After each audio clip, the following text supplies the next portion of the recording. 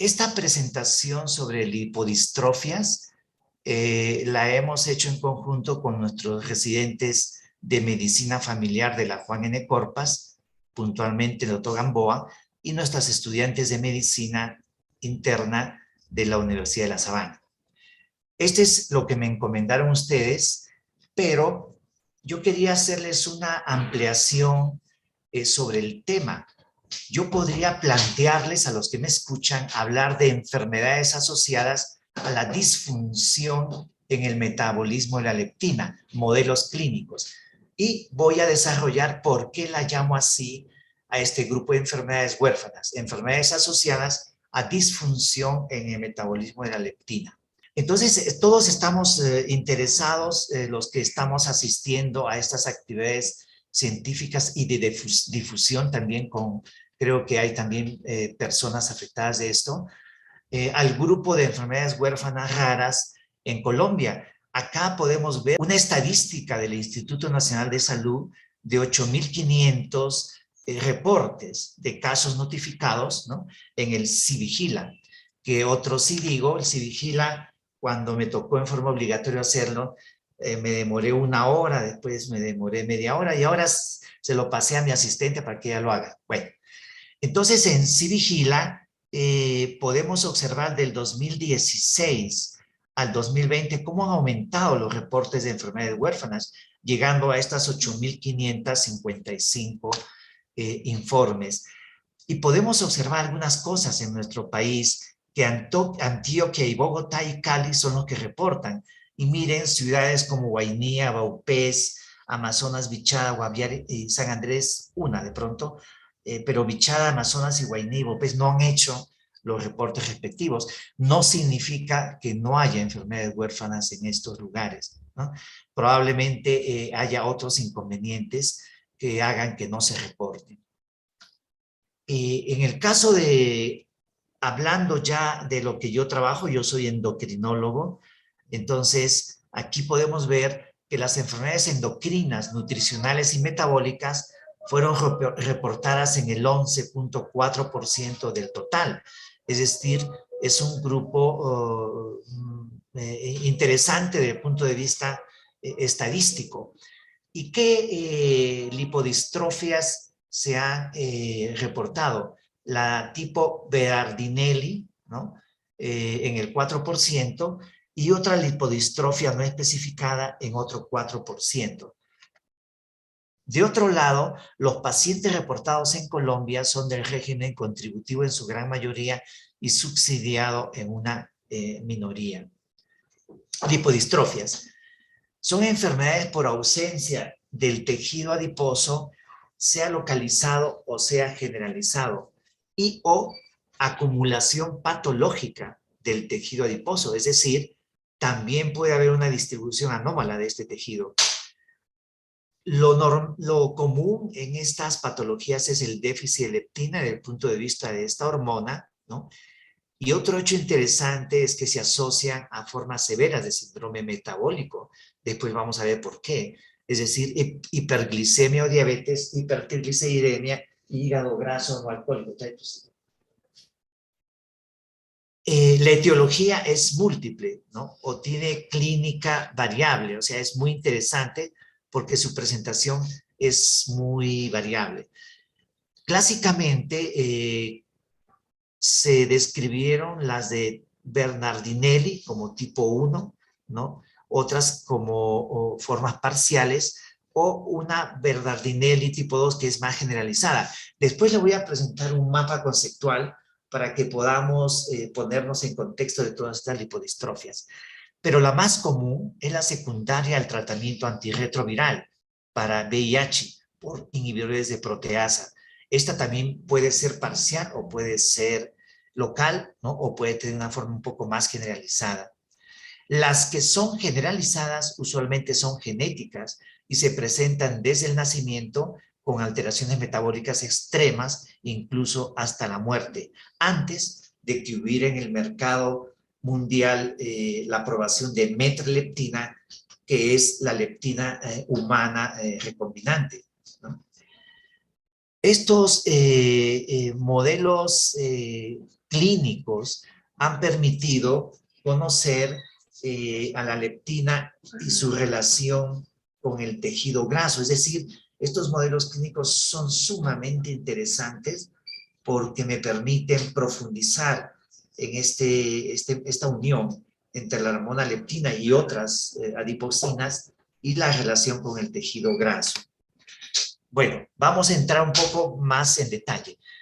En las próximas 2 o 3 diapositivas voy a abordar las lipodistrofias, pero no relacionadas con el VIH, ¿no? Me pareció interesante hacer este abordaje. Entonces, como les decía, este grupo de enfermedades son heterogéneas, son poco comunes, se disminuye el tejido adiposo en algunas zonas del cuerpo o todo el cuerpo, por lo tanto, hay una disminución de la capacidad de almacenar energía y el cuerpo humano, como de todas maneras tiene que hacer un metabolismo energético, hace ectopia, grasa en otros lugares, como metástasis, grasa en otros sitios del cuerpo. Las formas monogénicas de estas lipodistrofias no HIV, no relacionadas al HIV, son de 1,3 a 4,7 casos por millón aproximadamente, o sea, son muy poco comunes. Las formas genéticas más importantes, las que están muy bien definidas con inclusive las mutaciones específicas, son la lipodistrofia generalizada congénita y la lipodistrofia parcial familiar, ¿no? Las iniciales de la primera CGL y de la segunda FPLD. Después van a ver unos ejemplos muy relacionados. Esta primera CGL, o sea, la generalizada, es autosómica recesiva y se puede encontrar la mutación que ustedes ven allí específica. Y la otra, la parcial familiar, es autosómica dominante y también se llama la variante Dunningham. Puede haber formas adquiridas. Las formas adquiridas pueden ser por autoinmunidad, pueden ser inflamatorias, pueden ser por radiación, pueden ser por medicamentos aparte del HIV o pueden ser idiopáticas por mecanismos genéticos de novo. La clínica de la generalizada y de la parcial es un espectro muy grande. Puede incluir hígado graso no alcohólico, después pasar a esteatohepatitis y puede haber muerte incluso.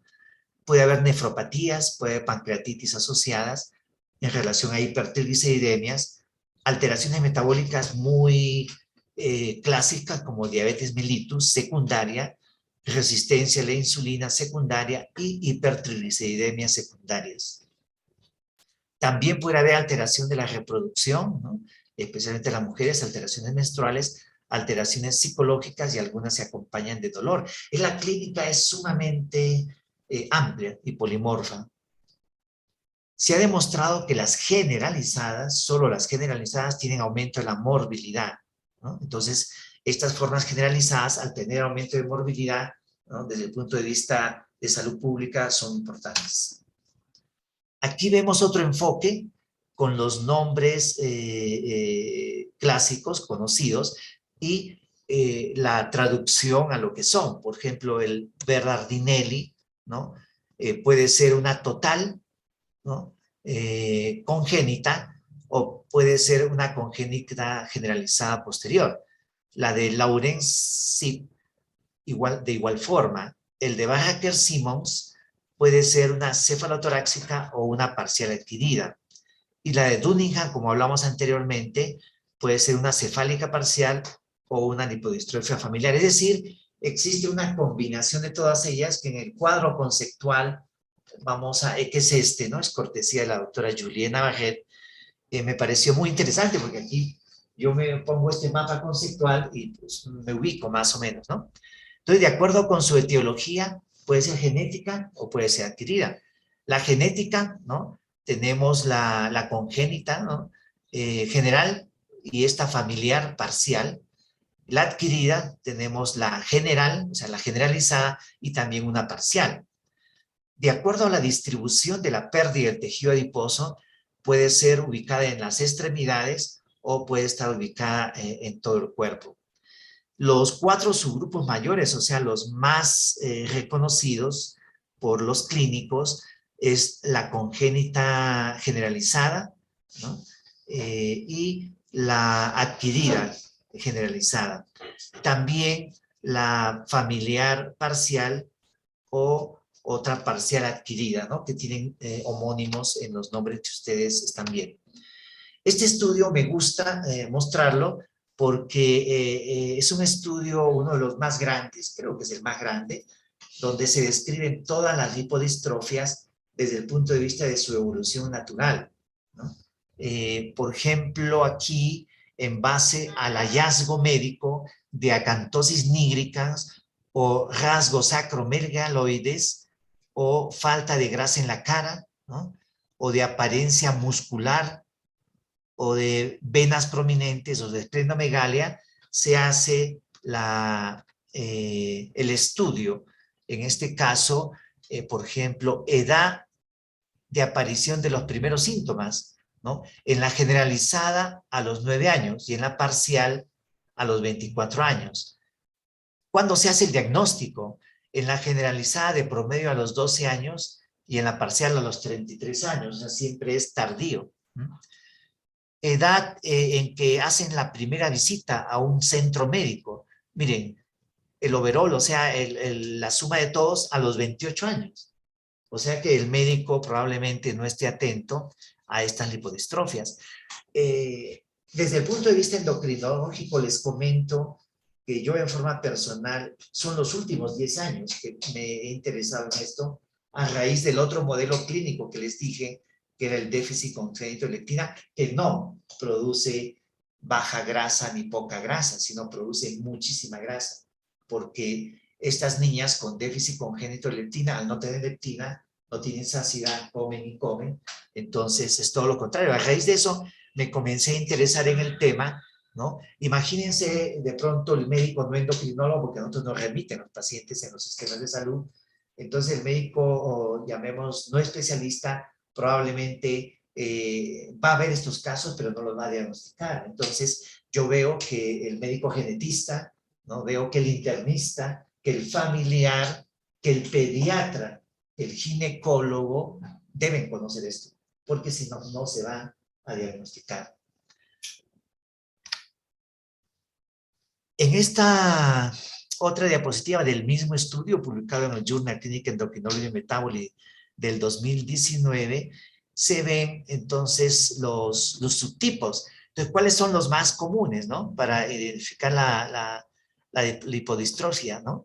Entonces, por ejemplo, aquí dice que en la generalizada se hicieron los estudios genéticos solo en un porcentaje, ¿no? No es en la gran mayoría.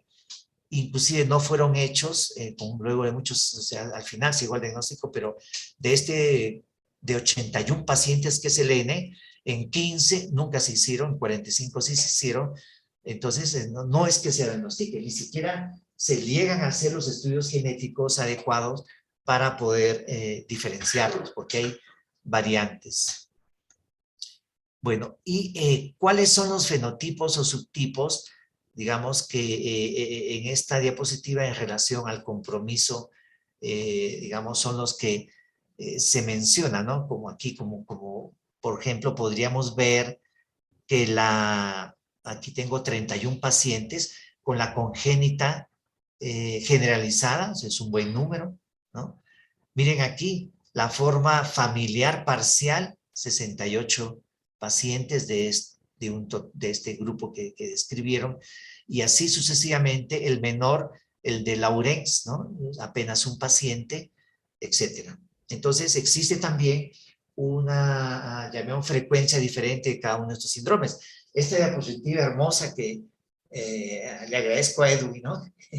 Nuestro residente de medicina familiar. Aquí se ven los adipocitos atrofiados, ¿no? En estos pacientes, no frente a un adipocito normal. Este es un estudio de la Universidad de Kioto, de Japón. Ahora sí, vamos a deleitarnos, es la palabra que yo uso, con varios de estos síndromes. Miren aquí, rasgos acromegaloides. Acromegaloides significa las manos, la cara gruesa, ¿no? Este es el Bernardinelli, ¿no? ¿no? Y aquí hay dos pacientes, hay prognatismo y hay atrofia de mejilla. Este es otro tipo de Bernardinelli, sí se llama este, pero aquí hay distensión abdominal y hay engrosamiento de las venas, ¿no? O sea, el fenotipo es diferente, interesante. Y este es el Bernardinelli, pero miren que acá al final se encuentra baja talla, pero al inicio, para los endocrinólogos pediatras, de pronto hay un crecimiento acelerado en la infancia, ¿no? Hay un acelere, pero al final hay baja talla, ¿no? Aquí tenemos acantosis nigricans, ¿no? En este tipo de Bernardinelli. Esta diapositiva es como para ver un poquito la fisiopatología. Entonces, en el caso de las lipodistrofias por atrofia del tejido graso, después voy a decir algo del déficit congénito de leptina, voy a perder estas fuentes de acúmulo de la energía fisiológica. Esto va a hacer que haya depósito ectópico de grasa, ¿no? Va a disminuir las adipocitoquinas y la leptina en forma puntual, ¿no? Esto lleva a aumento de triglicéridos y a resistencia a la insulina, con incluso posteriormente falla en la secreción de la insulina y diabetes secundaria. Estos pacientes pueden tener hiperfagia y de otro lado se ha descrito hipogonadismo hipogonadotrópico, que aquí me llama la atención porque en el déficit congénito de leptina también hemos descrito lo mismo, un hipogonadismo hipogonadotrópico. Todo esto, como les conté, las generalizadas tienen un poco de cardiopatía y alteran la calidad de vida en nuestros estudios que presentamos de seguimiento a muchos años, ¿no? Que nos puede servir para los médicos de salud pública.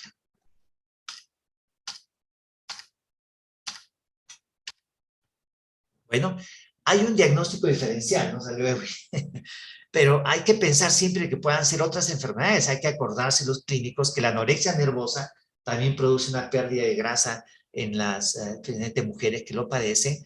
La diabetes mellitus mal controlada, especialmente la diabetes tipo 1, produce un síndrome muy típico, ¿no? De una desnutrición y pérdida de grasa que se llama el síndrome de Maurier. Son niños diabéticos tipo 1 pequeñitos y con déficit de grasa por el mal control crónico. Puede asociarse al hipertiroidismo, la hormona tiroidea tiene que ver con la grasa, a la falla adrenocortical, la hormona ACTH tiene que ver con la grasa, el cáncer, ¿no? El cáncer también produce una caquexia, muchos síndromes de mala absorción, infecciones graves. Entonces también hay que tener en cuenta todas estas opciones.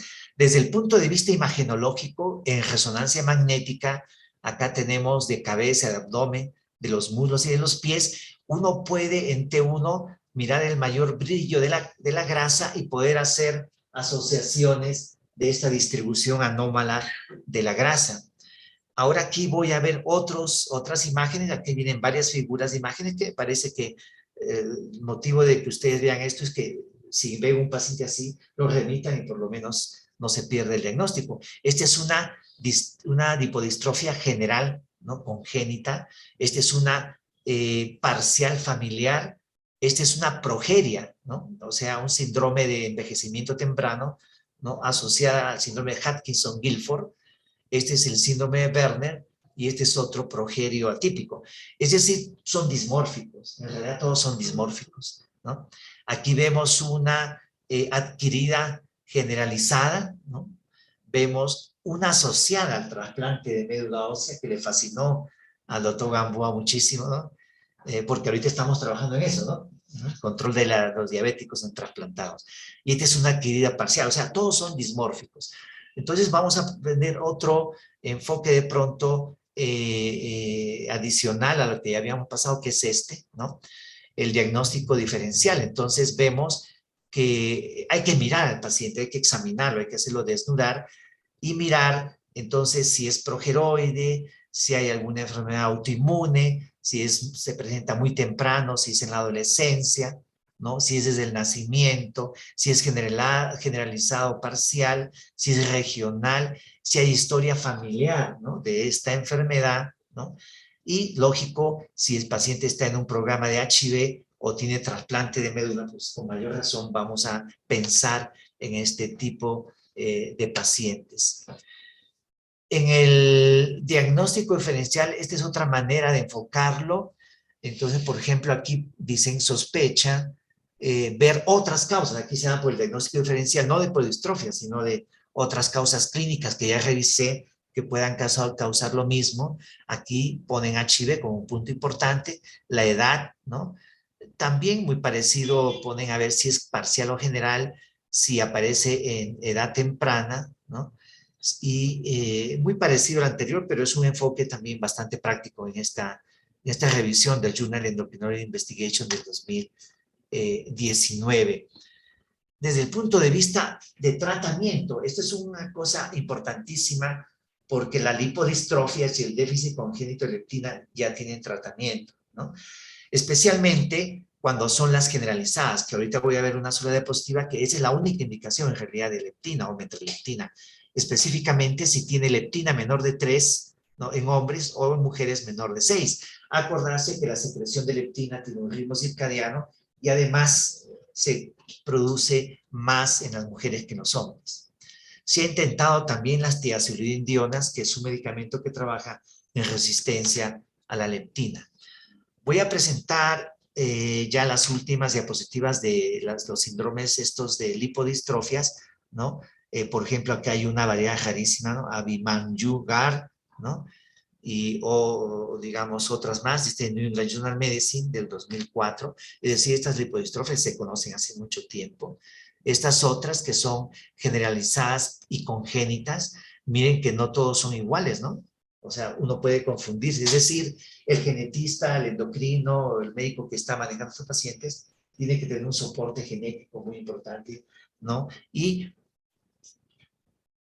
resonancia magnética o TAC para ver la grasa y o composición corporal por densitometría ósea para poder ver dónde está ubicado la grasa, ¿no? Este es otro ejemplo de una adquirida generalizada. Esta es otra adquirida generalizada. Esta es una adquirida generalizada, pero miren, aquí se ha perdido la grasa en los pies, ¿no? Sumamente interesante. Esta es una más, a pesar que es generalizada, tiene ubicación en los pies. Como le decía, son dismórficos, ¿no? Además de la acantosis nígricans, ovario poliquístico, puede haber hepatoesplenomegalia, y siempre hago énfasis en el síndrome dismórfico. Estas son parciales, ¿no? Miren cómo acá está ubicado en la zona troncular, ¿no? Aquí está en las extremidades también troncular. Estas son otras parciales, adiposidades ubicadas en algún sitio. Acá no se ve, pero fíjense a nivel vulvar, tan extraño, solo a nivel vulvar. Estos dismórficos, ¿no? Que aparentan musculosos y facies cushingoide, Dunningham, ¿no? Aquí se ve la composición corporal, que es a la mitad. Estoy ahora como un proyecto, los que tengan algún síndrome lipodistrófico, yo trabajo mucho composición corporal con densitometría.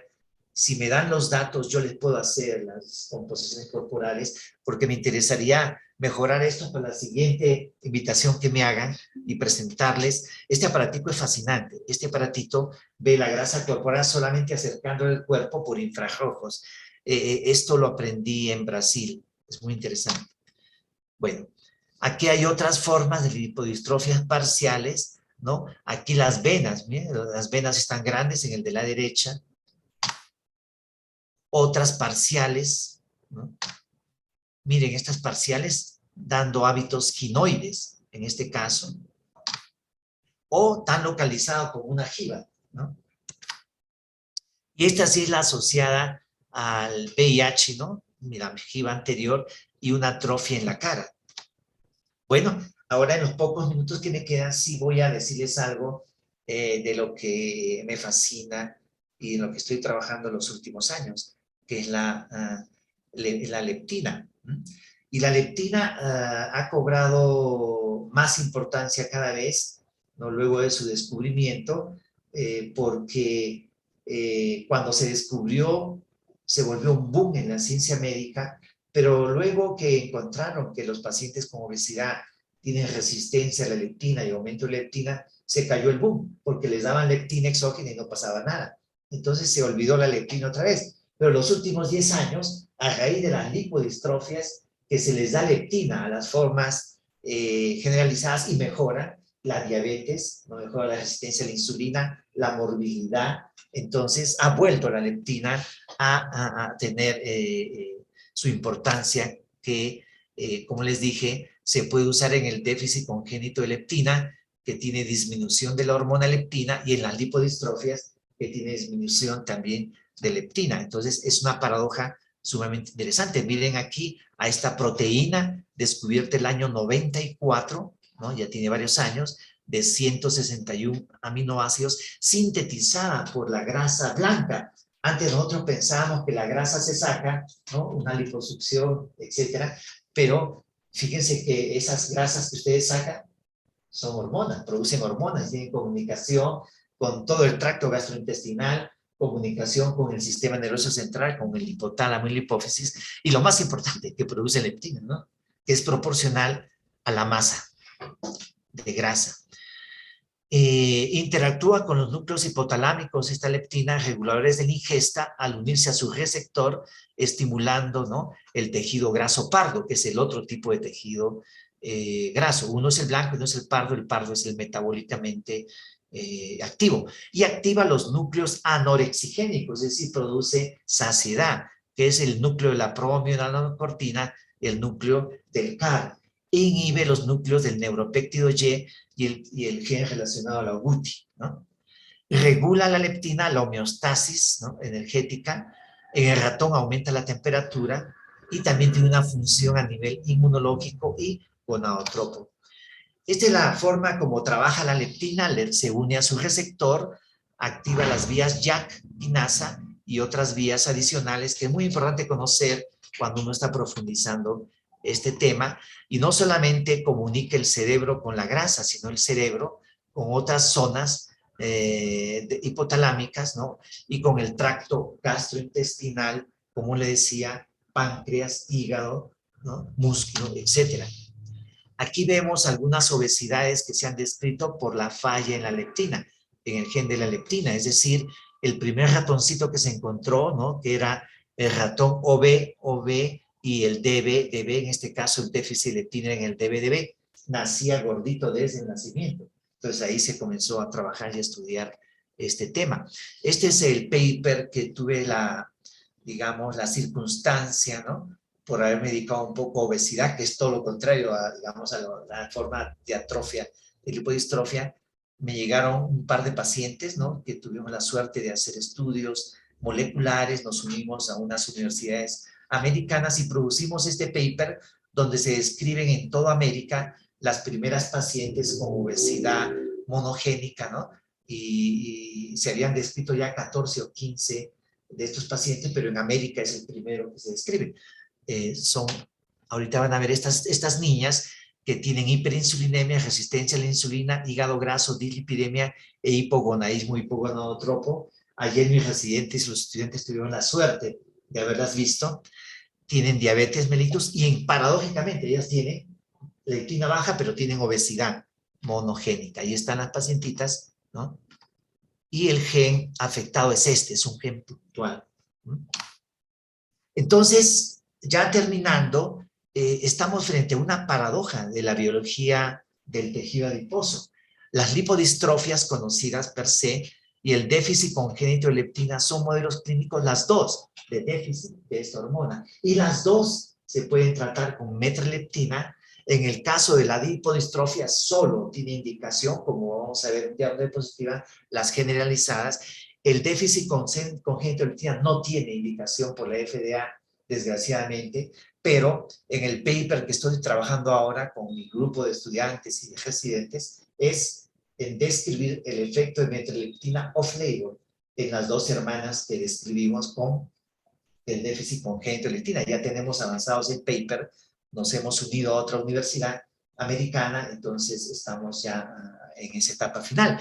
En conclusión, para nuestros médicos salubristas, para los que trabajan en la parte administrativa, ¿no?, se ha probado metrleptina, que, de una vez digo, es de alto costo. Como todas las enfermedades huérfanas, la metrleptina que lo da digamos, el sistema de salud colombiano, a nuestras dos niñas se le están dando off-label, y a las lipodistrofias hay más pacientitos que tienen metraleptina con lipodistrofias en Colombia, le cuesta al sistema de salud una cantidad de dinero sumamente importante, pero es bueno decirlo que en Europa y en Estados Unidos las formas generalizadas tienen indicación y está aprobado la metraleptina porque disminuye la morbilidad en los estudios que les mostré, y de otro lado mejora la diabetes, mejora la resistencia a la insulina, ¿no? Y en el caso de mis dos niñas con déficit congénito de leptina, ellas comenzaron a menstruar con la metraleptina sin necesidad de estar usando estrógenos y progestágenos. Recuerdo, no vayan a coger el concepto de que está aprobado en el déficit congénito de leptina. No está aprobado. Todavía está en investigación. Solo está aprobado en las lipodistrofias generalizadas. En Europa sí está aprobado metraleptina para la forma familiar parcial y la adquirida parcial. En Europa, no en Estados Unidos. Conclusiones. Este conjunto de enfermedades de distribución del tejido graso con disminución de leptina y alteraciones metabólicas es lo que podría ser una lipodistrofia, ¿no? En el caso de la lipodistrofia per se, hay déficit de grasa, y en el caso de las niñas con el déficit congénito de leptina hay acúmulo de grasa, ¿no? Paradójicamente.